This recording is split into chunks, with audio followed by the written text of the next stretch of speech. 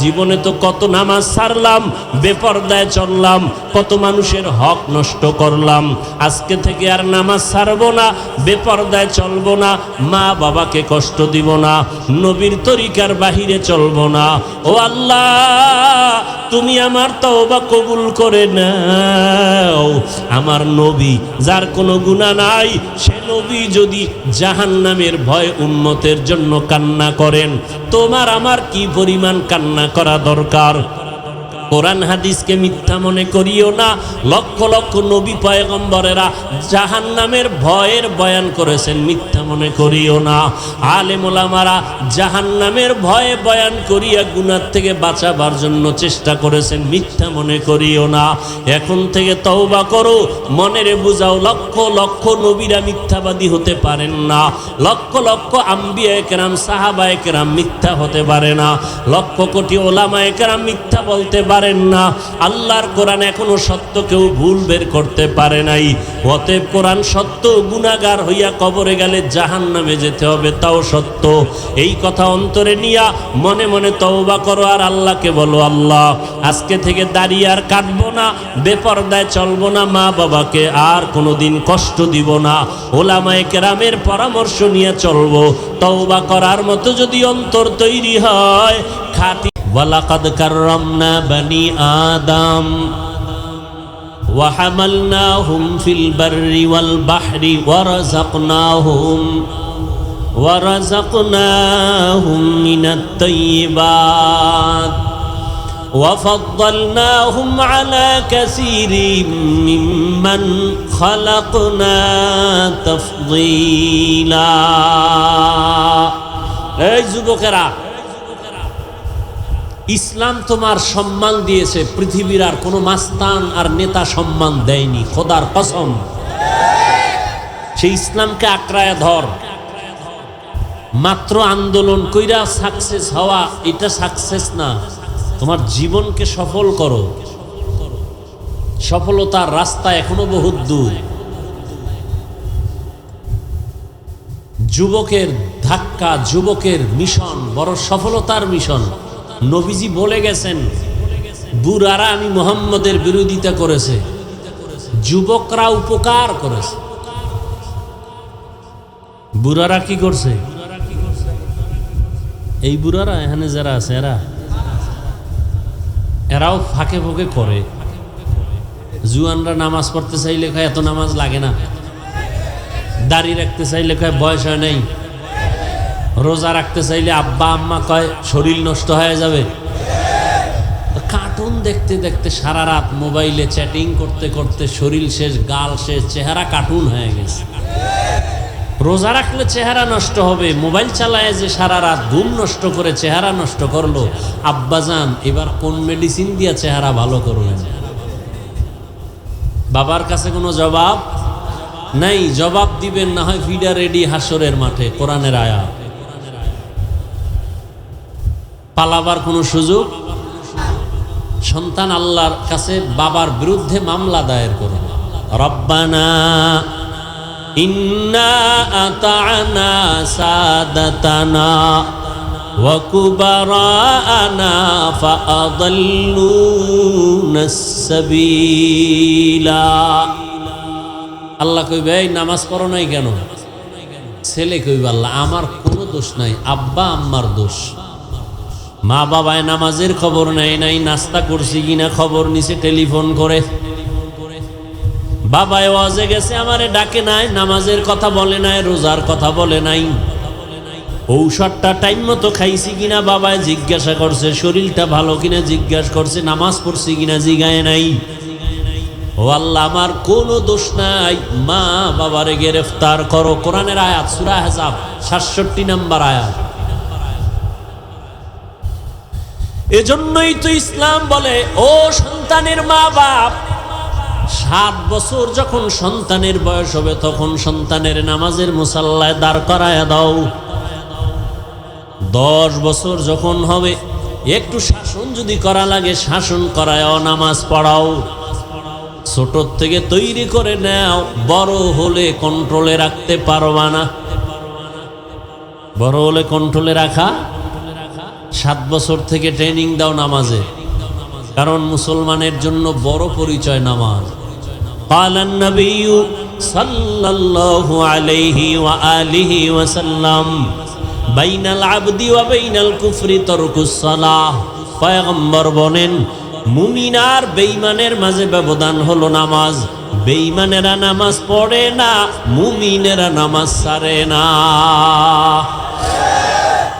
এত আশেকে রসুল এখানে বসা আছে, ফজর পড়ে নাই, জহুর পড়ে নাই, আসর পড়ে নাই, মাগরিব পড়ে নাই, এশাও পড়ে নাই। এরকম আশেকে রসুল আছে না? এরা আবার চাপাবাজিও করে, নামাজ না পড়লে কি হবে, দিল পরিষ্কার আছে না নেই? আরো অ্যাডভান্স যারা একটু চালু, এরা বলে হুজুরগ থেকে আমরা অনেক ভালো আছি, আমগো ইমান তাজা।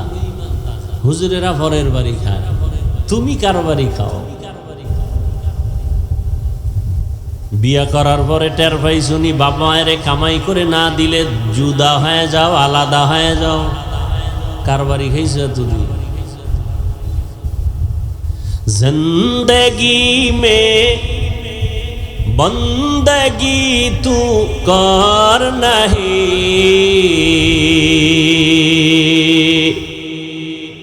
जिंदगी में बंदगी तू कर नहीं, जिंदगी बे बंदगी शर्मिंदा है, जिंदगी बे बंदगी शर्मिंदा है। আপনাদের ঘুম আসতেছে?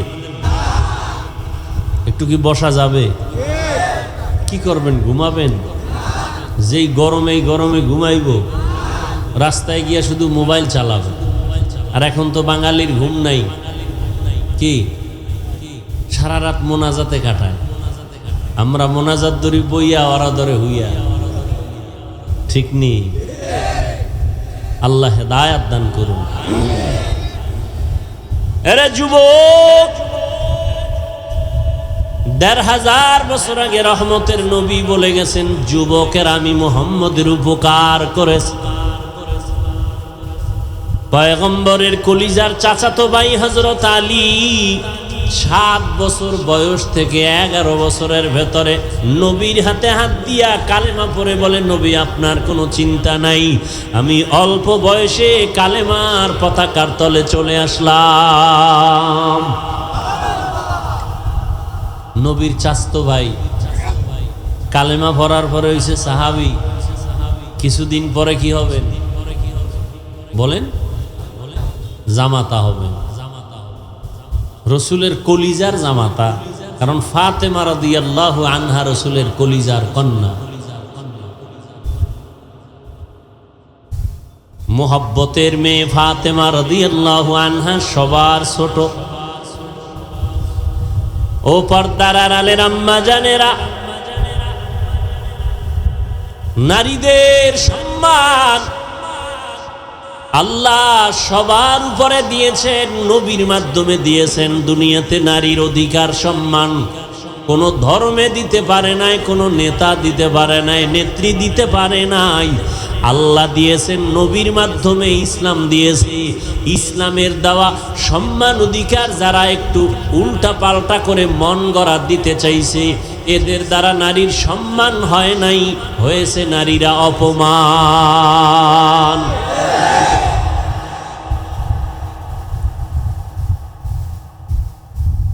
প্রত্যেকটা জিনিস বানাইয়া ওইটা চালানোর জন্য কিছু পদ্ধতি আবার বানানোওয়ালা দেখায় দেয়, ক্যাটালগ দিয়ে দেয়। মোবাইলওয়ালা মোবাইল বানাইছে, মোবাইলটা কিভাবে সুস্থভাবে চলবে এটার ক্যাটালগ দিয়ে দিছে ইনটেক প্যাকেটের মধ্যে। কিভাবে চার্জ দিবা, কিভাবে সিম ঢুকাইবা, সব ওখানে দেওয়া আছে। মন গড়া কিছু করতে গেলে মোবাইল চলবে না, ধ্বংস হয়ে যাবে। আল্লাহ মানুষ বানাইছেন, মানুষ কিভাবে শান্তির জীবন যাপন করবে ক্যাটালগ দিয়ে দিছেন কোরআনুল কারীম। বুঝাবার জন্য রসুল দিছেন রহমাতুল লিল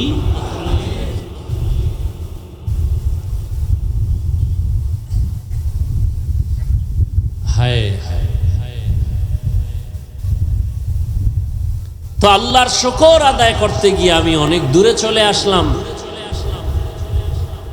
যে আজকে সুন্দরভাবে বয়ান শুনতেছি, বয়ান করতেছি, ঝামেলা নাই। কিয়ামত পর্যন্ত আল্লাহ যেন এভাবেই দ্বীনের কথা উম্মতকে বলার মতো, শোনার মতো ঝামেলা মুক্ত ব্যবস্থা করে দেন। এক নেতার নাম দিলে আর এক নেতা বেজার, কি মাহফিল বন্ধ। ওলামায়ে কেরামের নাম হবে সবার উপরে, আর উলামায়ে আহলে হকের হাতে। এরা ওরাসাতুল আম্বিয়া,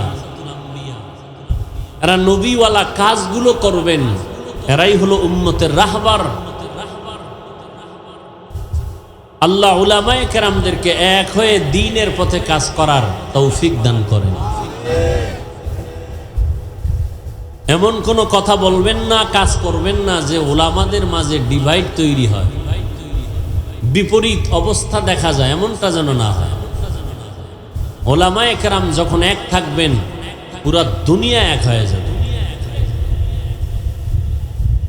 একটা ফ্যামিলির মা বাবা সন্তান যখন এক থাকে, ওখানে কেউ বাঁকা চোখে তাকাইতে পারে না।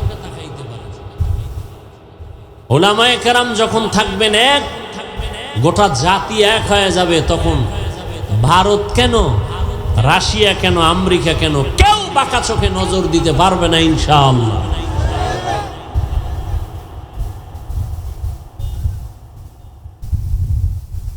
কোরআনে হাকিমের সূরা আহজাবের আমি দুইটা আয়াত পড়েছি রাসূলের হাদিস থেকে, একটা ছোট্ট হাদিস পড়েছি। বেহেশতের বাগানে বসছেন বড় দামি, এখানে বসার সাথে সাথে জীবনের সব গুনাহ মাফ হয়ে গেছে। ধৈর্যের সাথে যদি একটু সময় দেন তো আমি আলোচনা করব, উঠা বসা করলে মোনাজাত দিয়ে চলে যাব। কারণ এটা কোনো নাটকের প্যান্ডেল না যে মন চাইলে বসবেন, মন চাইলে উঠবেন, মন চাইলে চা খাবেন, মন চাইলে পান খাবেন। এটা এমন কোনো নাটকের মঞ্চ না, এটা এমন বরকতের মজলিস বলা যায় না। এখান থেকে কেউ হেদায়াত পেয়ে বাড়ি যাবে, ওলির খাতায় আল্লাহ নাম উঠায় দিলেন।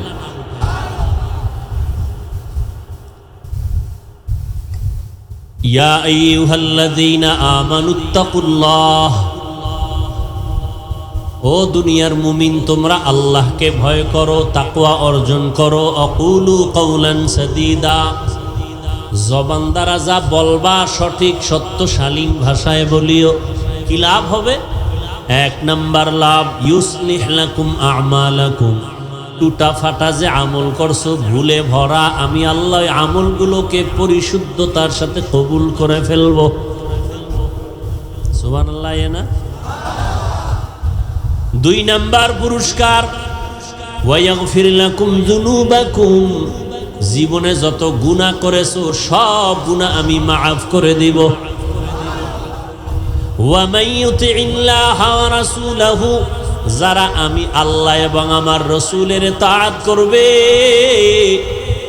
ফাকাদ ফাযা ফাওজান আযীমা, অতঃপর তাদের বিজয় হবে চূড়ান্ত বিজয়, সফল বিনা হিসাবে জান্নাতি।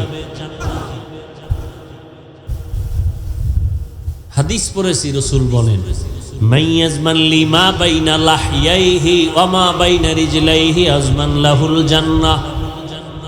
রহমতের নবী বলেন, দুইটা জিনিস হেফাজতের জিম্মাদারি যদি তোমরা উম্মতেরা নাও, আমি নবী তোমাদের জান্নাতে নেওয়ার জিম্মাদারি নিব। কয় জিনিস? এক, দুই ঠোঁটের মাঝে জবানের হেফাজত করো। দ্বিতীয়, লজ্জাস্থানের হেফাজত করো।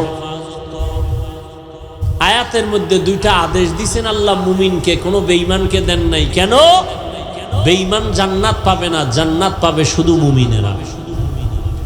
ওই মুমিনকে দুইটা আদেশ দিছেন, মানলে দুইটা নগদ পুরস্কার। এক নাম্বার আদেশ, আল্লাহকে ভয় করো। দ্বিতীয় আদেশ হলো জবানকে কন্ট্রোল করো। দুইটা আদেশ যদি মানো, দুইটা নগদ পুরস্কার। এক নাম্বার, তোমার সব আমল কবুল। দ্বিতীয় পুরস্কার, জীবনের সব গুনাহ মাফ। মানবা কি করে? আল্লাহ আয়াতের শেষে বলেন, আল্লাহর আনুগত্য করো, রাসূলের ইতাআত করো, তাহলেই তোমার সফলতা আসবে।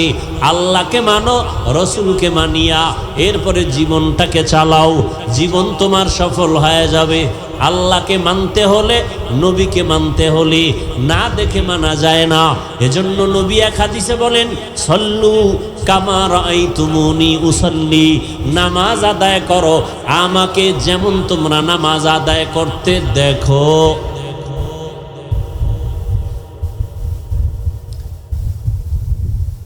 নবীকে যেমন নামাজ আদায় করতে দেখো তেমন তোমরা আদায় করো। কিতাবে দেখো, নবী বলেন না, বলছে আমাকে দেখো, কিতাবে না। কারণ কিতাবে অনেক কিছু আছে বুঝবা না, বুঝার মেধা নাই। আমি নবী যেভাবে বুঝাই ওইভাবে বুঝো। কিতাব যদি একা একা বুঝতে যাও সম্ভব হবে না। আমি যেভাবে বুঝাবো ওইভাবে বুঝবা। আমি শুধু মুখে বুঝাবো না, প্র্যাকটিক্যাল আবার আমল করে বাস্তবায়নে দেখায় দিব। চুল কাটা সুন্নত কিতাবে আছে, আমি নবী এটা আমলের মাধ্যমে প্র্যাকটিক্যাল দেখায় দেই। কিতাব দেখলে হবে না, কিতাবের কথা শুনো, আমি মুহাম্মদ রে দেখো। কিতাবের মধ্যে আছে আঙ্গুলের নখগুলো সুন্নত তরিকায় কাটো। কিতাবের কথা কানে দিয়া দিলের মধ্যে গাথো, শুনো, কিন্তু আমি নবীকে দেখো আমি কেমনে কাটি। আমি প্র্যাকটিক্যাল দেখায় দিতেছি, আমাকে দেইখা দেইখা নামাজ পড়ো। রুকু কেমনে দেই, সেজদা কেমনে দেই, হাত কেমনে বাঁধি ওইভাবে বাঁধো। নজর কোথায় রাখি, পায়ের আঙ্গুল কেমনে থাকে, হাতের আঙ্গুল কেমনে থাকবে। ওরে আল্লাহর বান্দা, আঙ্গুলগুলো কানের কোন পর্যন্ত উঠানো যাবে, আমি নবী প্র্যাকটিক্যাল দেখাইতেছি, ওইভাবে দেখো। এই উম্মতেরা বলবে নবীরে দেখা যায় না, আমরা কেমনে নবীর অনুসরণ করি দেখব। নবী কয় আমারে যারা দেখছে তাদের দেখো। নবীরে দেখছেন সাহাবায়ে কেরাম, সাহাবায়ে কেরামদের দেখছেন তাবেঈন, তাবেঈনদেরকে দেখছেন তাবে তাবেঈন, তাদের দেখছেন উলামায়ে মুতাকাদ্দিমিন, তাদের দেখছেন উলামায়ে মুতাখিরিন। এইভাবে উলামায়ে কেরাম দেখছেন, দেখতে দেখতে এই পর্যন্ত আসছে।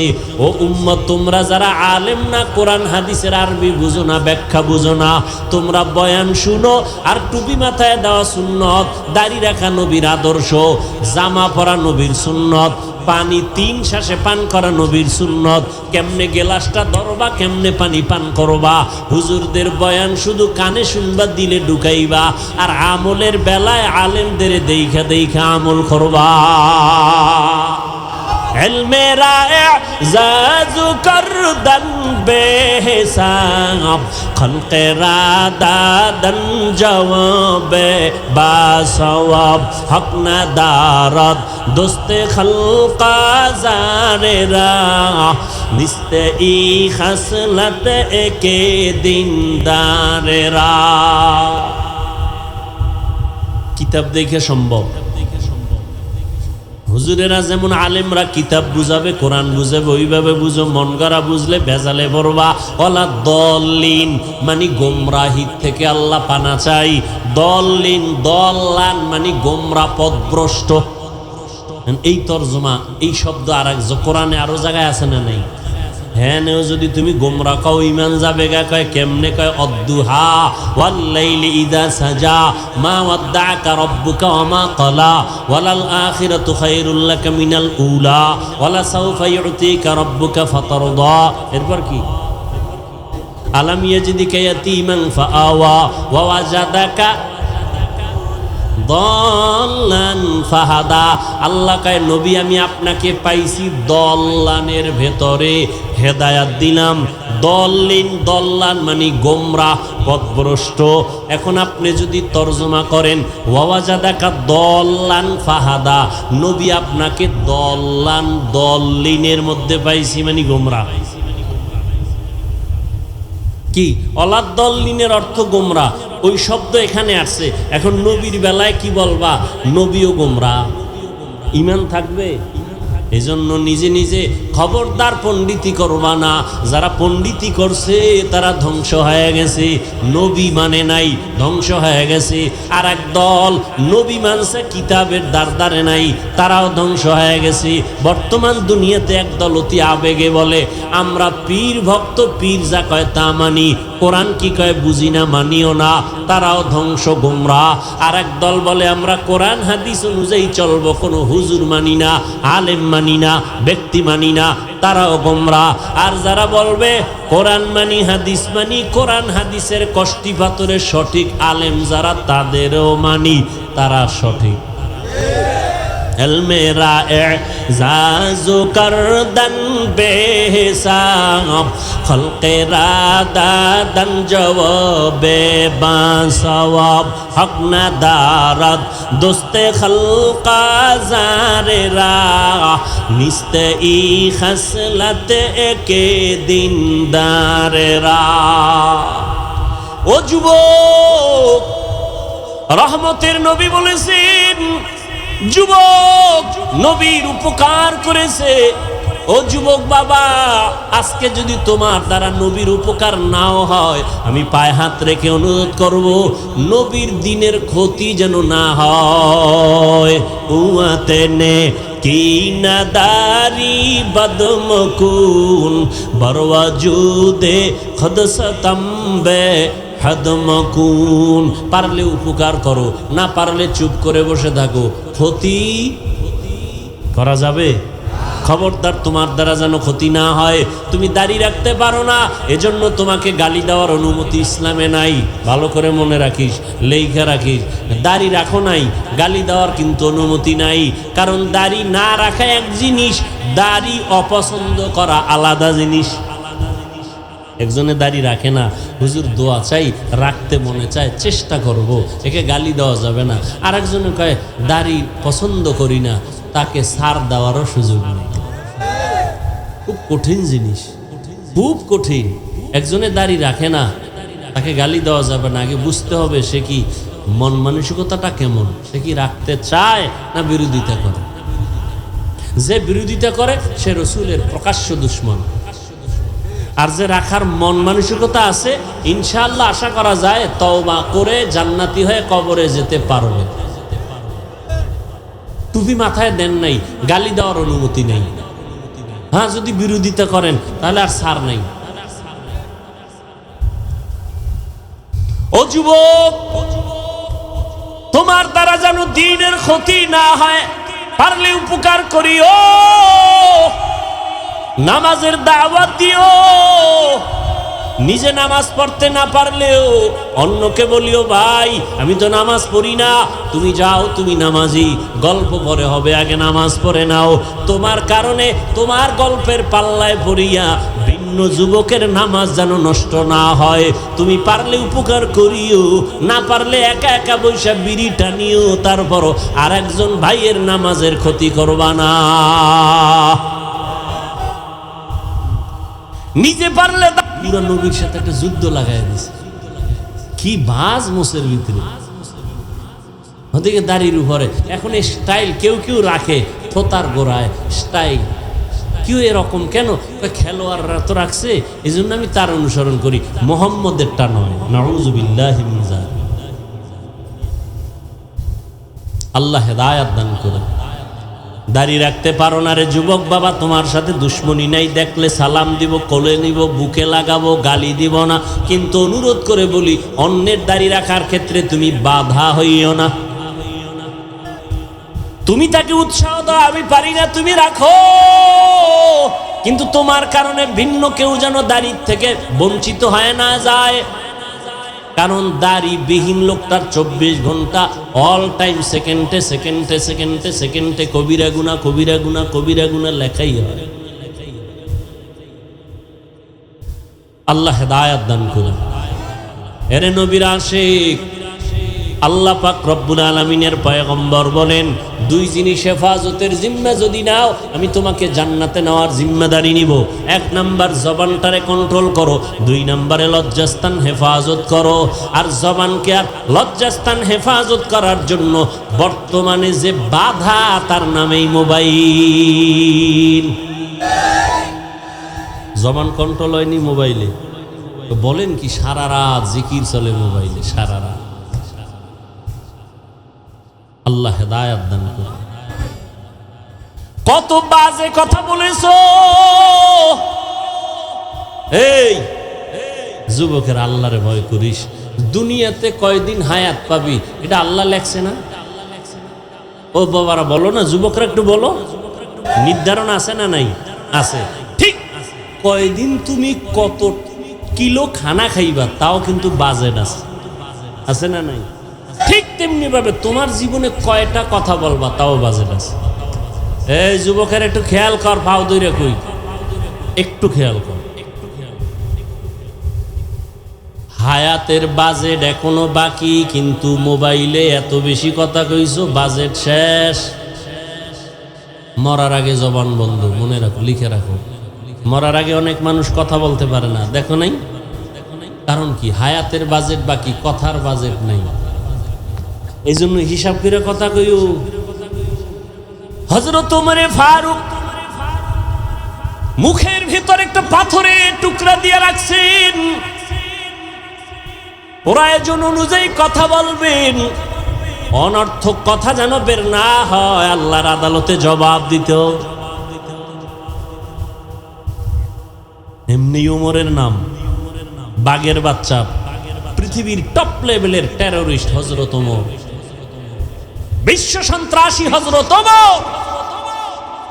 কারণ বিশ্ব নবীকে যে হত্যা করতে যায় সে বিশ্ব সন্ত্রাসী। কিন্তু আজ ওমর হয়ে গেল এত বড় দামি ব্যক্তি যে শুধু মানুষ ভয় করে না, ইবলিস শয়তান ওমরকে ভয় করে। আমগো দেশের এক বাঙালিকা হুজুর, আমারও শয়তান ভয় করে। কেন কয়? আমি ওর থেকে বড় শয়তান। আমি যে আকাম জানি সিফাই গিয়া, এটা শয়তানও জানে না। আল্লাহ হেদায়েত দান করে। ফাতেমা রাদিয়াল্লাহু আনহার একটা কথা টানছিলাম, মনে আসেনি? সুযোগ থাকলে বলবো, যদি আপনারা ধৈর্য ধারণ করে বসেন।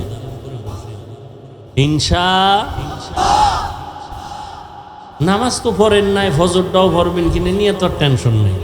এই টেনশন আমাদের, নামাজ পড়তেই হবে। একা একা যায় যদি নামাজটা না পড়ে ঘুমাই, বউ কিছু কইব না ভয়ে। কিন্তু আমার ভিতরে আল্লাহর ভয়, যে সম্মান তো আমি টাকা দিয়ে অর্জন করতে পারি নাই, এই সম্মান তো আমার সার্টিফিকেট দেওয়া হয় নাই, সম্মান আল্লাহ দিছেন। যদি আল্লাহকে বেজার করি, আল্লাহ সম্মান ধুলায় মিশাই দেন। পারেনি আল্লাহ? হ্যাঁ, কি কথা বলতেছিলাম? ওমরে ফারুক রাদিয়াল্লাহু আনহুকে শয়তান ভয় করে, শয়তান ভয় করে ওমর। এবার বুঝেন তো কেমন বেড়া শয়তান ভয় করে। যেই শয়তান আল্লাহর সাথে চ্যালেঞ্জ দিয়েছে, কোরআনের ঘটনা, আল্লাহর সাথে চ্যালেঞ্জ দিছে আদমকে সেজদা দিব না, আর সেই শয়তান ওমরের দেখলে দৌড়, উল্টা দৌড়। কি কয়? আইয়ে কি ওই বলার সময় নেই, খালি আইয়ে। সেই ওমর ঈদের দিন, রোজার ঈদের দিন দরজা আটকে কাঁদতেছে। সাহাবী আবু হুরায়রা রাদিয়াল্লাহু তাআলা আনহু বলেন, ভাই ওমর কাঁদেন কেন? জাহান্নামের ভয়। আরে 10 জন সাহাবা জান্নাতের সুসংবাদ পেয়েছেন, এর ভেতর আপনি দ্বিতীয়, আপনি কাঁদেন কেন? আপনি তো জান্নাতের সুসংবাদ প্রাপ্তদের অন্তর্ভুক্ত। খলিফাতুল মুসলিমিন ওমর আবু হুরায়রা, যে আল্লাহ দয়া করে জান্নাতের সার্টিফিকেট দিয়েছেন, ভয় অন্তরে ভয়, কোন আমলের কারণে না জানি আল্লাহ বেজার হয়ে আবার সার্টিফিকেট ক্যান্সেল করে দিতে পারে। পারেন না? পারেন না? এই ভয়টা যদি ওমরের অন্তরে থাকে, আপনার আমার অন্তরে কিভাবে থাকা উচিত? দেখছেন, ওমর খেলাফতের দায়িত্বে আছে, পুরা অর্ধজাহানের খলিফা ওমর রাতের বেলা ঘুমায় না, এলাকায় ঘুরে ঘুরে খবর নেয় কার কি হালাত। এক ঘরের সিফায় গিয়ে দেয়, ভিতরে বাতি জ্বলে, পাশে গোপনত্ব বজায় রেখা শুনতেছে।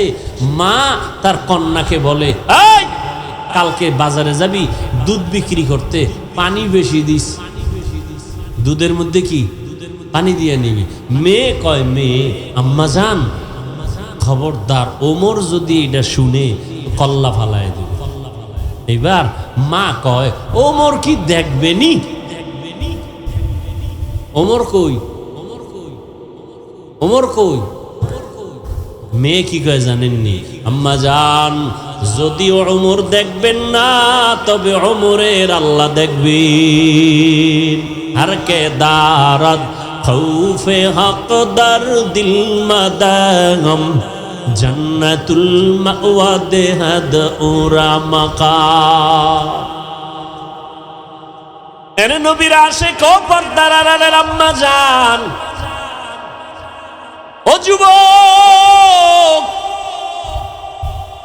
আমি তোমাদের পায়ে হাত রেখে বলি, বয়ান করে আমি তোমাদের আমার মতো হুজুর বানাবার জন্য আসি নাই। আমি একবারও বলি না তোমরা আমার মতো হুজুর হও, দাড়ি রেখে পাগড়ি লাগাও, একবারও বলি নাই, বলবো না। বরং আমি তোমাদের আশ্বস্ত করি, সাহস দেই, স্কুলে পড়ো, কলেজে পড়ো, চাকরি করো, করো, ওই রাস্তায় থাকো। তুমি একজন ডাক্তার হও, আমার দেশের গৌরব। তুমি একজন ইঞ্জিনিয়ার হও, আমার মুসলমান ও দেশের গৌরব। তুমি একজন ভালো দার্শনিক হও, আমার দেশের গৌরব। মুসলমানের একটা গৌরব, মুসলমানের ডাক্তার, মুসলমান ইঞ্জিনিয়ার, মুসলমান একজন দার্শনিক। তবে তোমার কাছে আমার দাবি, সম্মানের জীবন চাইও। ওই সম্মান চাইও না যে মেয়াদ শেষে আবার জেলখানায় ঢুকায় দিবে। এমন সম্মানের জীবন চাইও, আল্লাহকে রাজি কইরা চলবা। কোন দল ক্ষমতায় আসবে আর যাবে টেনশন লাগবে না, তোমার সম্মানের চেয়ার থাকবে আজীবন। সম্মানের জীবন চাইও, আর সম্মানের জীবন যদি চাইতে হয়, ভালো করে লিখে রাখি ওরে যুবক, ডাক্তার হইয়াও জীবনভর সম্মানের চেয়ারে থাকবি। মরিয়া গেলে মানুষ বুকের সাথে লাগাইয়া শ্রদ্ধার সাথে স্মরণ করবে, দোয়া করবে।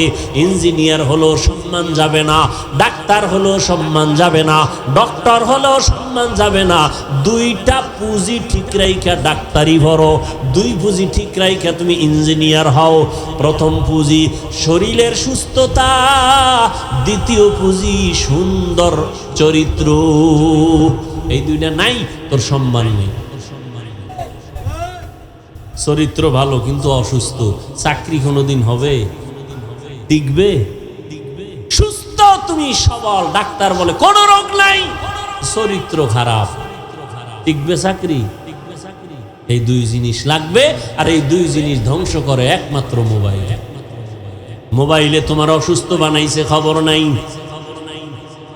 ওই যে একটু আগে বলছিলাম, কথা বলার মেয়াদ আল্লাহ দিয়েছেন। মোবাইলে যদি অজস্র কথা বলিয়া মেয়াদ শেষ হওয়ার আগে অনবরত কথা বলিয়া কথার বাজেট শেষ করো, মরার আগে বোবা হইয়া বিছানায় কান্না করবি, জবানে কথা নাই, কারণ বাজেট শেষ। এই জন্য গুইনে গুইনে কথা কইস। আজকে গিয়া বলবি, এই ভালোবাসার পাত্রী, আজকে থেকে কথা গুইনে গুইনে কইতে হইব, নাহলে তুমিও বোবা আমিও বোবা।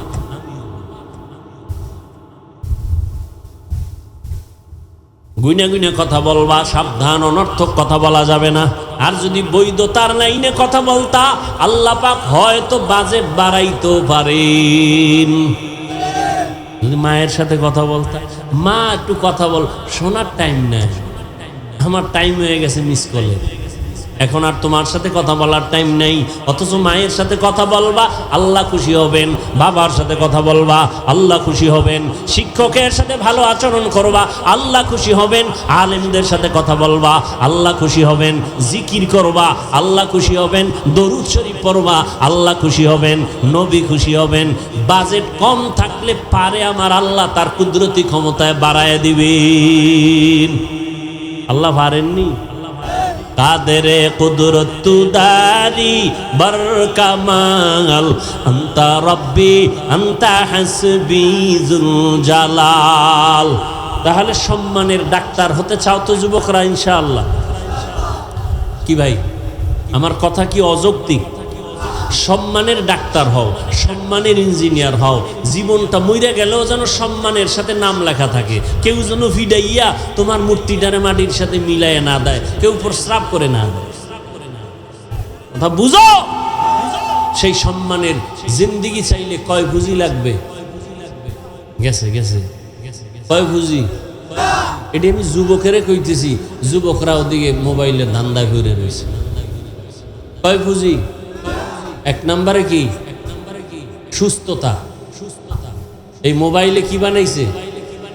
তোমার বিশ্বাস হয় না? আমি হুজুর কই দেখে না। আচ্ছা, আজকে একটু গুগলে ঢুকো, তোমার এই টাচ মোবাইলে শরীরের কি ক্ষতি করে গুগলে লেখা সার্চ দাও, সব পেয়ে যাবে। এই টাচ মোবাইলে চোখের পাওয়ার থাকে না, কানের পাওয়ার থাকে না, হার্ট দুর্বল হয়, মাথা ব্যথা বেড়ে যায়। বাড়ে নাই মাথা ব্যথা? চোখ ব্যথা বাড়ে নাই? বুকে ব্যথা বাড়ে নাই? এবার মরণটা বাকি। তো অসুস্থ হয়ে গেছে, কানের পার্স নষ্ট। আম্মাজান কয় খানা খাবি না? কয় গোসল কইরা লাইছে আগে। কানের পার্স নষ্ট হয়ে গেছে। হাসিস না, কথাগুলো যে কতটা কলিজার থেকে বলতেছি। কিভাবে বললে তুমি মানবা, এটা যদি বুঝতে পারতাম যে পাও ধরলে মানবা, একটা লাভ দিয়ে আইসা পাও জড়ায় ধরতাম। এক হুজুর এলাকায় আসছে, সবাই দোয়ার জন্য যায়, সালাম দেয়, হুজুর দোয়া চাই। এক হিন্দু ছেলে আইছে দোয়ার জন্য।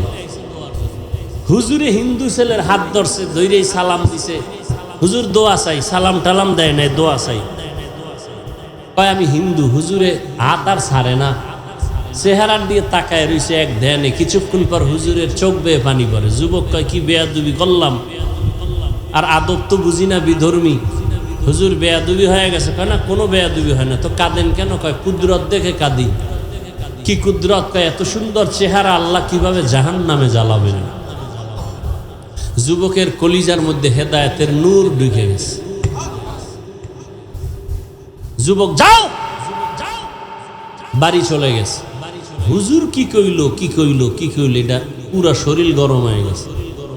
ভাবতে ভাবতে একা একা কয় জাহান্নাম তো বহু পর, কিয়ামতের বিচার টিচারের পর।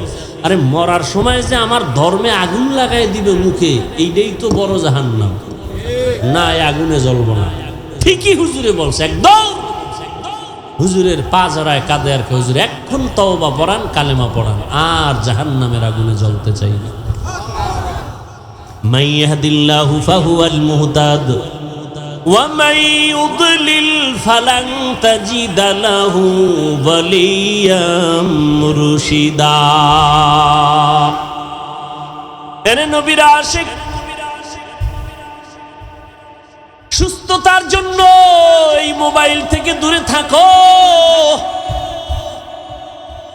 আমিও যে মোবাইল চালাই আলহামদুলিল্লাহ, গুনাহ থেকে বেঁচে থাকার চেষ্টা করি আলহামদুলিল্লাহ, তারপরও কিন্তু বেশিক্ষণ তাকায় থাকলে মাথা ঘুরায়। চোখের পাওয়ার অনেকটাই কমে গেছে। কিতাব দেখি মোবাইলে, এখন দেখতে দেখতে গোলাটে হয়ে যায়, লেখা দেখি না ধুলা ধুয়া। তাহলে তোমার অবস্থা কেমন? আর বাচ্চাদের কাছে এই যে বড় বড় মোবাইল দিয়া বাচ্চারে দেখ, কার্টুন দেখ, এই দেখ সেই দেখ। অনেক বাচ্চা পর্যন্ত বোবা হয়ে গেছে, কথাই বলতে পারে না। বহু ইতিহাস আমাদের হাতে জমা। বাবায় কান্দে, হুজুর একটু তদবির করে দেন, সন্তান কথাই বলে না। আগে বলতো নি, বলতো, এখন বলে না। মোবাইল দিয়া এই মোবাইলের উপরে পড়ে রাখছে, সারা জিন্দেগি শেষ এই বাচ্চাটা। একদল তো মোবাইল দেখে গেমস খেলতে খেলতে এখন রাস্তায় উলঙ্গ পাগল হয়ে ঘুরে, গেমস খেলে পাগল। যুবকরা বল, আমার একজনে বলছে সত্য নি, গেমস খেলে পাগল হইছে যুবক, সত্য নি। কি গেমস জানি এটা? তোরাও খেলতেছ না? তো পাগল হওয়ার ডেটটা কবে?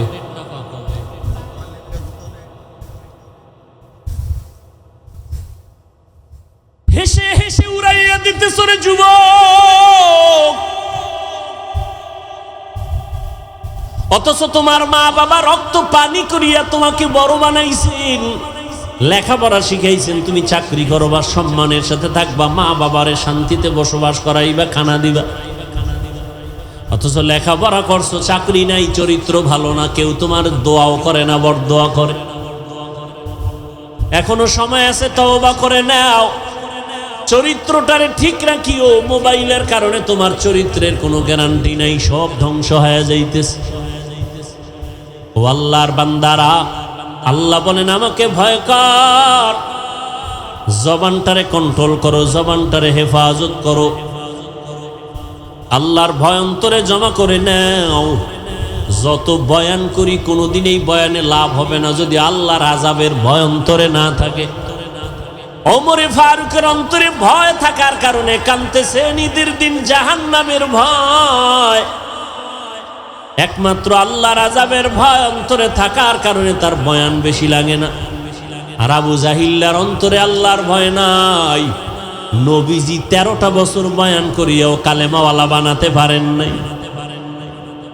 ও যুবক, ও পর্দার আড়ালের আম্মা জান, আপনাদের এত মর্যাদা। আমার নবী যুবকের দ্বারা শক্তিশালী হওয়ার ঘোষণা দিয়েছেন। হযরত আলী তার হাতে আসছেন কালেমাওয়ালা। নবী কলিজার কন্যাটারে আলীর কাছে দিয়া আলীরে জামাতা বানায় দিলেন, আর কলিজা দিয়া নবী দোয়া করলেন, আনা দারুল হিকমাহ ওয়া আলিয়ুন বাবুহা, আমি মুহাম্মদ হলাম ইলম ও হিকমতের ঘর, আর এই ইলমের ঘরের দরওয়াজা আমার আলী। ওই আলীর ঘরে আছে ফাতেমা রাদিয়াল্লাহু আনহা। আলী রাদিয়াল্লাহু আনহুর জন্য এত দোয়া করলেন। আল্লাহ আলীকে এত জ্ঞান দান করেছেন যে জ্ঞানের সামনে ওমরও বলে, আলীর জ্ঞান যদি আজকে আমার কাছে না থাকতো আমি ওমর ধ্বংসের পথে চলে যাইতাম। লাউলা আলিয়ুন লাহালাকা ওমর। ওই আলী বলেন, আমি একদিন কোথাও থেকে গিয়া মসজিদে নববীর মধ্যে ঢুকলাম, দেখি রহমতের নবী বসে আছেন, সাহাবায়ে কেরাম বসে আছেন। আম্মা জানেরা একটু ভালো করে খেয়াল করে শুনেন, যুবকেরাও শুনো রে বাবা, বৃদ্ধ বাবাজিরাও শুনেন। হযরত আলী বলেন, আমি মসজিদে নববীতে ঢুকলাম, রহমতের নবী বসে আছেন, অন্য অন্য সাহাবায়ে কেরামরাও বসে আছেন। একটা প্রশ্ন চলতেছে, জবাব চাইতেছে নবী, কেউ জবাব দেয় না। প্রশ্নটা হলো, এই দুনিয়াতে নারীদের জন্য শ্রেষ্ঠ সম্পদের নাম কি? নারীদের জন্য শ্রেষ্ঠ সম্পদ কি? কেউ জবাব দেয় না। হযরত আলী বলেন, আমি ঢুকলাম, বসে থাকলাম, কিছুক্ষণ পর দেখলাম কেউ জবাব দেয় না। আমার অন্তরে একটু দাগ আসলো, হঠাৎ করে একটা জবাব আসলো এভাবে যে, নবীর কলিজা ফাতেমা, আমি ফাতেমার কাছে জিজ্ঞাসা করলে মনে হয় জবাবটা পাইতে পারি। বলবো প্রশ্ন কি? গেছে প্রশ্ন কি? নারীদের জন্য শ্রেষ্ঠ সম্পদ কি? হযরত আলী বলেন, আমার ফাতেমা হয়তো জবাব দিতে পারবে। আমি দৌড়ায় যাই, নবীর কলিজা ফাতেমার থেকে জবাব নিব।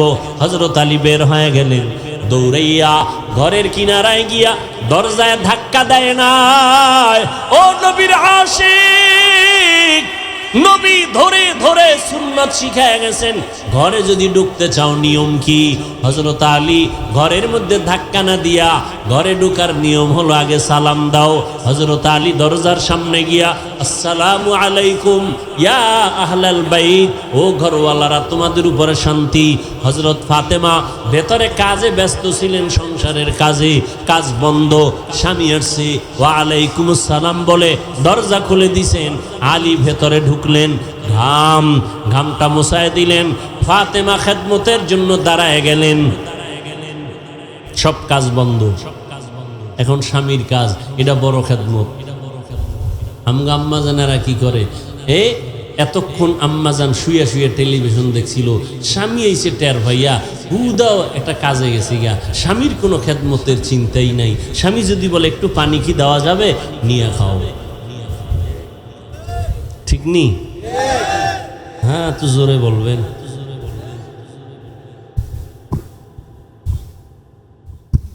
হায় হায় হায়, ফাতেমা রাদিয়াল্লাহু তাআলা আনহা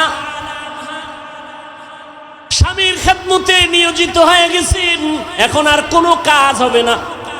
এবার হালপুরসি জিজ্ঞাসা করেন, কেমন আছেন, কোথা থেকে আসছেন, খাইছেননি কিছু, এত ঘাম কেন? রহমতের নবীর দরবার থেকে আসছি। আব্বাজান কেমন আছেন? আলহামদুলিল্লাহ ভালো, তবে একটু পেরেশানি দেখলাম। কি পেরেশানি? একটা প্রশ্ন করলেন, নারীদের জন্য শ্রেষ্ঠ সম্পদের নাম কি, শ্রেষ্ঠ গুণের নাম কি? কেউ জবাব দেয় না। আমার অন্তর বলে ফাতেমা তুমি পারবা। এবার বলে আলী, আপনি যদি দোয়া করেন, আমার আব্বাজানের নেক দোয়া থাকলে আমি জবাব দিতে পারবো।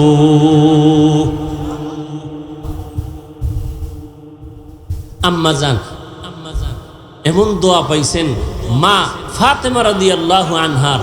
এবার আল্লাহর রসুলের মেয়ে জবাব দিছেন, শুনবেন না আরেকটু দোয়ার দিয়ে আগায় যাব? নবীজি একটু মন খারাপ লাগলেই ফাতেমার বাড়ি গিয়ে হাজির। কোথাও যাইবে, শেষে ফাতেমার বাড়ি যায়, এরপরে যায় বিদায় নিয়ে। আসবেন ফাতেমার ঘরে আগে আসেন, এরপরে অন্যদিকে যান। ওখানে আরো কলিজার দুইটা সন্তান আছে, হাসান হোসাইন। নামগুলো একটু ভালো করে বললেন। একজনের নাম রাজ্জাক। রাজ্জাক তো আল্লাহ, বান্দা কোনো রাজ্জাক না, বান্দা হলো আব্দুর রাজ্জাক। হ্যাঁ, সুন্দর করে নামগুলো বলবেন, বরকত হবে। নামের একটা বরকত আছে। অনেক মা বাবা আছে সন্তানের নামকে বাজে আঁকা বাঁকা করে ডাকে, উচিত না। মা বাবা ভালোভাবে ডাকবে তো অন্যরাও ভালোভাবে ডাকবে।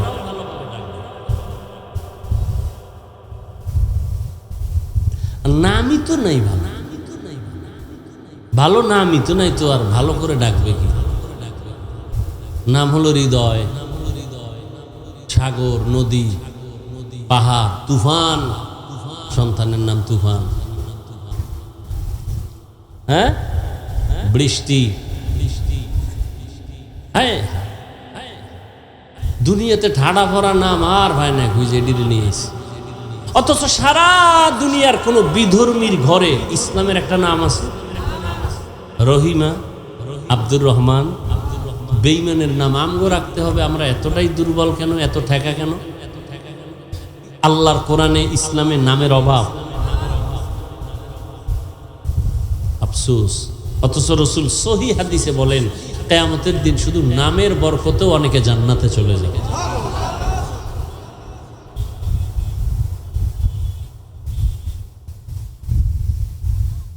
ফাতেমা রাদিয়াল্লাহু আনহার ঘরে যাইতেন নবী। আজকে আবু বকরকে ডাকেন। নবী সফর সঙ্গী খুব কাছে থাকতেন দুইজন, আবু বকর, ওমর, এরপরে লাগলে ওসমান, এরপরে আলী। বলবো? নবী এবার বলে চলো আমরা একটু আমার ফাতেমার ঘরে যাই। আবু বকর সাথে, ওমর সাথে, ওসমান রাদিয়াল্লাহু আনহুম ঘরে গেছেন। ফাতেমা রাদিয়াল্লাহু আনহা নবীকে নাস্তা দিছেন। মেহমান, আমার বাবা দু জাহানের সরদার, এক সুন্দর স্বর্ণের পেয়ালায় মধু দিছেন, মধু দিছেন, মধু নবীর সামনে রাখলেন।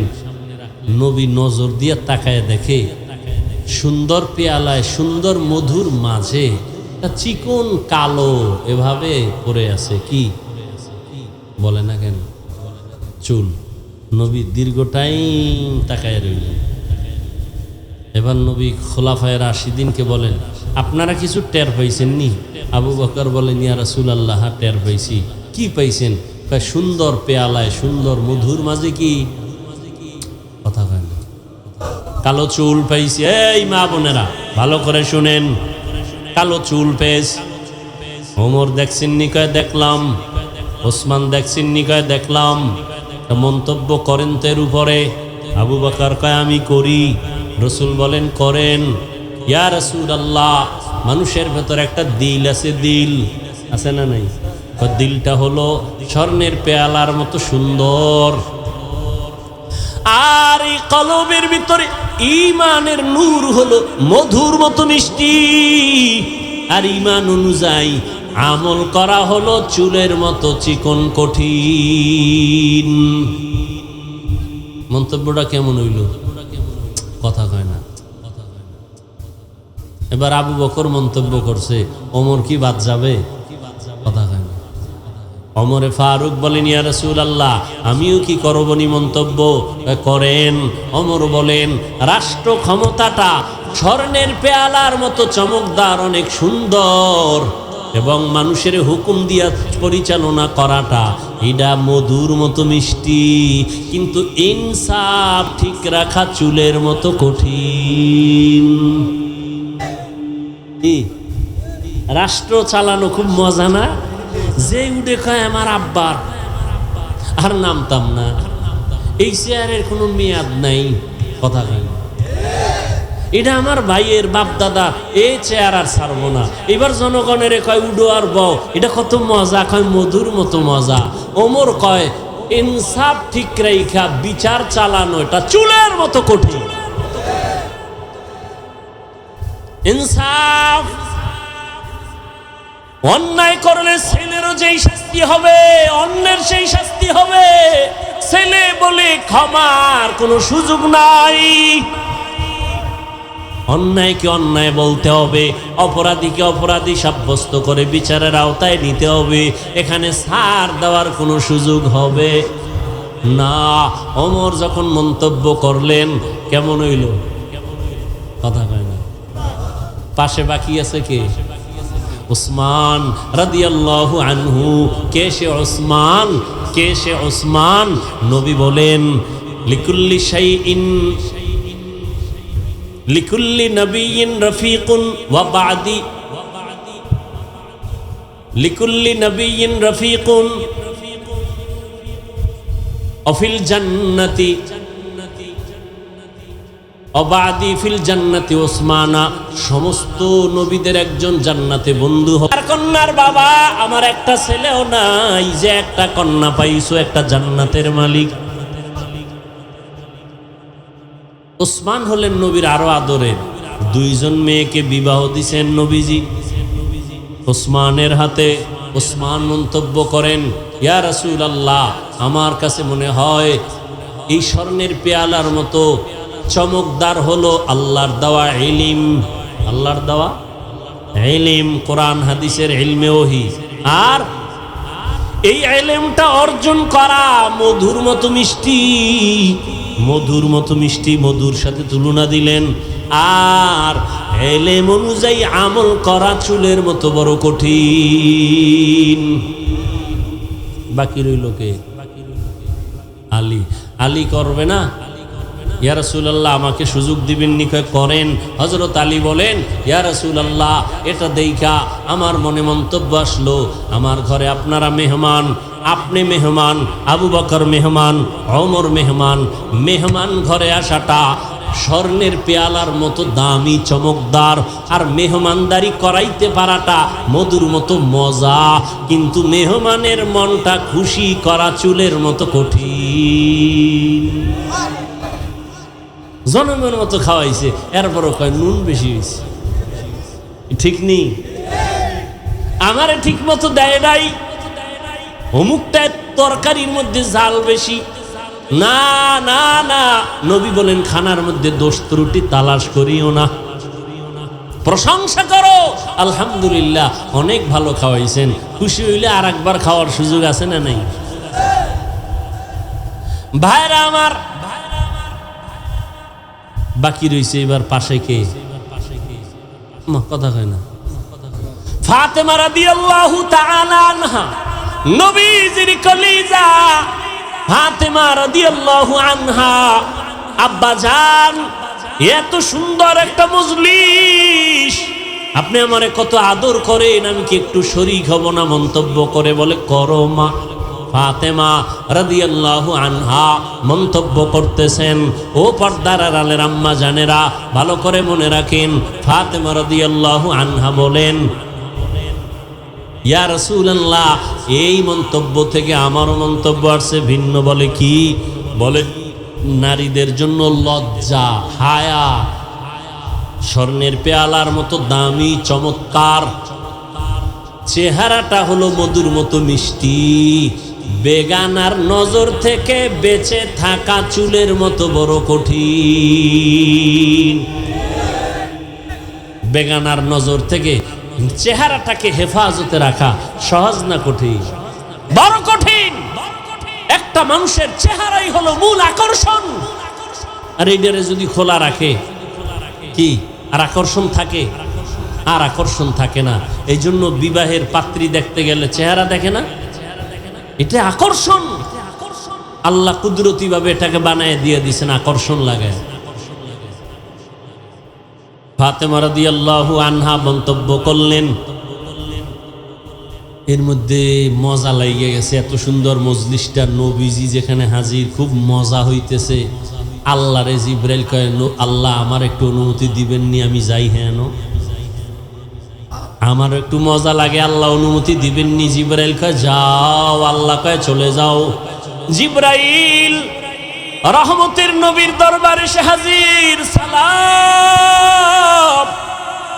এত সুন্দর মজলিস দেখে নবী, আমি সইতে পারি না, আমি আসছি, আমাকে একটু অনুমতি দিবেননি, আমি একটা মন্তব্য করব। আল্লাহর নবীকে করেন। জিবরাইল আমিন মন্তব্য করেন, ইয়া রাসূলুল্লাহ, আল্লাহর পথটা, আল্লাহর রাস্তাটা এই পেয়ালার মতো, স্বর্ণের মতো চমকদার। মাদ্রাসায় যাওয়াটার রাস্তা কত সুন্দর, মসজিদের রাস্তা কত সুন্দর, দিনের পথ কত সুন্দর, আর এই পথে খরচ করা এটা মধুর মতো মজা। আল্লাহর রাস্তায় খরচ যারা কইরা মজা পাইছে, এরা জীবন দিতে চায়, ঠিক নেই? টাকা পয়সা দেয়, জীবন দেয়, এতে মজা। রাসূলের একজন সাহাবিয়া, পুরুষ না নারী, একজন সাহাবিয়া, রহমতের নবী ঘোষণা করেছেন, যুদ্ধের দামামা বেজেছে, তোমরা প্রস্তুতি নাও, আমরা যুদ্ধের ময়দানে যাব। সাহাবিয়া, তার স্বামী যুদ্ধের ময়দানে বহু আগেই চলে গেছে, শহীদ হয়ে গেছে। এখন তার কোলে একটা শিশু বাচ্চা ছাড়া আর কিছুই নাই। শিশু বাচ্চাটারে কোলে নিয়ে কাঁদে, ও আল্লাহ, আমি যুদ্ধের ময়দানে, নবী আমারে বোধহয় নিবে না, কিন্তু নবীর ডাকে আমি কেমনে সাড়া দেই? বাচ্চাটারে কোলে নিয়া সাহাবিয়া, নবীর সাহাবিয়া মহিলা নবীর দরবারে হাজির হইয়া বলেন, ইয়া রাসূল আল্লাহ, আমার বাচ্চাটা আমি যুদ্ধের ময়দানে অক্ষ করে দিলাম, আমার স্বামী তো আগেই চলে গেছেন, আমাকে নিলে তো খুশি, বাচ্চাটা দিয়ে দিলাম। রহমতের নবী বলেন, ও মা, তোমার বাচ্চা যুদ্ধের ময়দানে দিলে কি লাভ হবে? আল্লাহর বান্দি কাঁদে আর কয়, ও পয়গম্বর, বেঈমানের পক্ষ থেকে যখন তীর ধনুক আসবে, আমার বাচ্চাটারে ঢাল বানায় দিবেন, আর আমার বাচ্চার শরীরের মধ্যে দুশমনের তীরের আঘাতগুলো লাগবে, আমার এই আঘাতগুলো বাচ্চা সহ্য করবে, আর সাহাবী নিরাপত্তা লাভ করবে।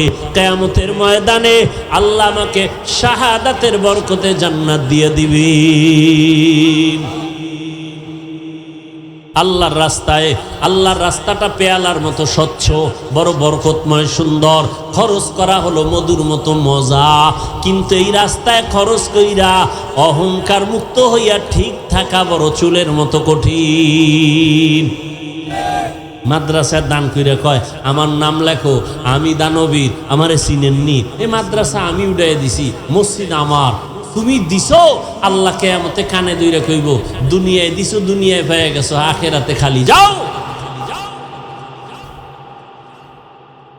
আল্লাহ জিবরাইলের ওহী নাজিল করে কয়, জিবরাইল, তুমি গেলা, আমি আল্লাহরে বাদ রাইখা তোমাকে কি ভাল লাগেনি? আমারও অন্তর চাইতেছে, কুদরতি অন্তর, আমিও একটা রহমতের নবীর সাথে সাথে একটা মন্তব্য করি মধু দিয়া। এবার কয়, আল্লাহ করেন। ও জিবরাইল, নবীরে জানায় দাও। আমিও মন্তব্য করে দিলাম, জান্নাত, মুমিনের স্থায়ী শান্তির ঠিকানাটা এই স্বর্ণের পেয়ালার মতো চমকদার। আর ওই জান্নাতের নেয়ামতগুলো হবে, জান্নাতের নেয়ামতগুলো হবে একমাত্র মধুর মতো মজা। কিন্তু জান্নাতে ঢুকতে গিয়া পুলসিরাত পার হওয়া চুলের মতো কঠিন। আল্লাহ মন্তব্য করে দিলেন পুলসিরাত পার হওয়া বড় কঠিন। রহমতের নবী বলেন আমারটাও তো বাদ রয়ে গেল, আমিও মন্তব্য করে ফেললাম। আল্লাহর মারেফতটা হলো এটা চমকদার স্বর্ণের পেয়ালার মতো দামি, আর মারেফত অর্জন করা মধুর মতো মজা। কিন্তু আল্লাহর মারেফতের উপরে মজবুত হইয়া আল্লাহর মারেফতের রাস্তায় চলা হলো চুলের মতো কঠিন। আল্লাহর নবীও পুলসিরাতের ভয় চোখের পানি ছেড়ে কান্না করতেন। ও নবীর উম্মতেরা, এলেম অর্জন করা সহজ, আমল করা বড় কঠিন। ঈমান আনা সহজ, ঈমানের উপরে মজবুত হইয়া চলা বড় কঠিন। ও আল্লাহর বান্দিরা, চেহারাটা সুন্দর হয়েছে, লজ্জা আছে ঠিকই, কিন্তু পর্দা রক্ষা করা, বেগানার থেকে নিজেরে বাঁচায় রাখা কঠিন। হযরত আলী প্রশ্নের জবাব চাইছিল নারীদের শ্রেষ্ঠ গুণ কোনটা, শ্রেষ্ঠ সম্পদ কোনটা। ফাতেমা রাদিয়াল্লাহু আনহা বলেন নারীদের শ্রেষ্ঠ গুণ হলো বেগানার নজর থেকে নিজেকে হেফাজতে রাখা, এটা নারীদের বড় শ্রেষ্ঠ গুণ। ও পর্দার আড়ালের আম্মা জান, আল্লাহ পাক লজ্জাও দিলেন, চেহারাটাও সুন্দর বানাইলেন। বেগানার থেকে নিজেকে বাঁচায় রাখা বড় কঠিন হয়ে গেল।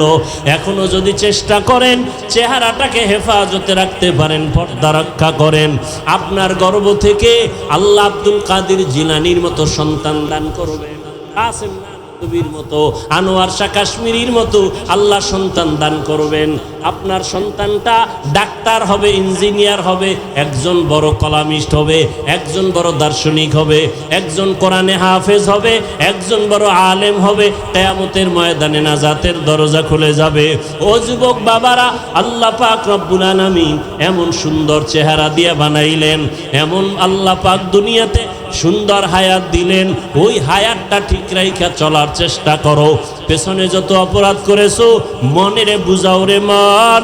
রহমতের নবী আমার যুবকদের জন্য সুসংবাদ দিয়েছেন। আমি কি যুবক হইয়া নবীর সেই সুসংবাদের কাতারে আসিনি? আমার দ্বারা দিনের উপকার কোনো হইল নি, না ক্ষতি হইল? একটু চিন্তা করিয়া এখনো সময় আছে, তওবা করে নাও। আর আল্লাহকে বলো, আল্লাহ আমার মতো কত যুবক আমার চোখের সামনে স্কুলে পড়ে, কলেজে পড়ে, নামাজ পড়ে, নবীর তরিকা মানিয়ে চলে, মা বাবার বিরোধিতা করে না, আমি কেন পারবো না? ও যুবক বাবারা, স্কুল কলেজে পড়িয়ে এখনো তুমি পারো, তওবা করে নাও। তোমার মতো যুবক স্কুল কলেজে পড়ে, চাকরি করে, ব্যবসা করে, নামাজ ছাড়ে না, তুমি কেন পারবা না রে বাবা? এখনো সময় আছে, তওবা করে নাও। ও মা বোনেরা, আপনারাও তওবা করেন। জীবনে বেপরদায় চলবেন না, বেগানার নজর নিজের উপরে নিয়ে আপনার জীবনটাকে ধ্বংস করবেন না। আপনি আল্লাহর মোহাব্বত নিয়ে সন্তানগুলোকে একটা আদর্শ সন্তান বানায় যাবেন, আদর্শ সন্তান, চরিত্রের সন্তান রেখে যাবেন, আল্লাহর কোরআন পড়াবেন। সন্তান ডাক্তার হইয়াও আপনাকে দোয়া করতে ভুলবে না, ইঞ্জিনিয়ার হইয়াও মা বাবাকে দোয়া করতে ভুলবে না। ও বাবাজিরা, আপনারাও তার জীবনে নামাজ ছাড়বেন না, বেপরদায় চলবেন না, সন্তানগুলোকে আদর্শওয়ালা বানাবেন, নামাজি বানাবেন। ও যুবক বাবারা, এখনো সময় আছে, তওবা করে নাও। আল্লাহকে ডেকে বলো, হে মালিক, জাহান্নামের ভয় অন্তরে ঢুকায়া দাও। জীবনে তো কত নামাজ ছাড়লাম, বেপরদায় চললাম, কত মানুষের হক নষ্ট করলাম। আজকে থেকে আর নামাজ ছাড়বো না, বেপরদায় চলবো না, মা বাবাকে কষ্ট দিব না, নবীর তরিকার বাহিরে চলবো না।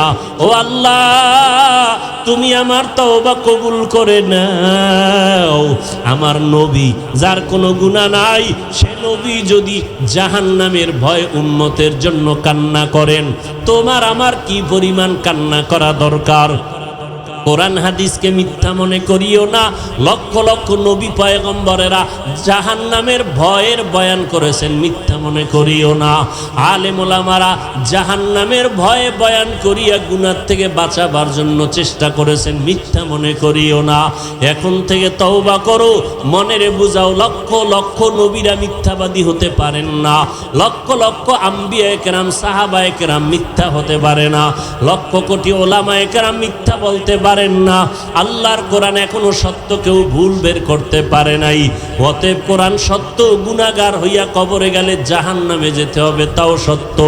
এই কথা অন্তরে নিয়া মনে মনে তওবা করো আর আল্লাহকে বলো, আল্লাহ আজকে থেকে দাড়ি আর কাটবো না, বেপরদায় চলবো না, মা বাবাকে আর কোনোদিন কষ্ট দিব না, ওলামায়ে কেরামের পরামর্শ নিয়ে চলবো। তওবা করার মতো যদি অন্তর তৈরি হয়, খাঁটি তওবা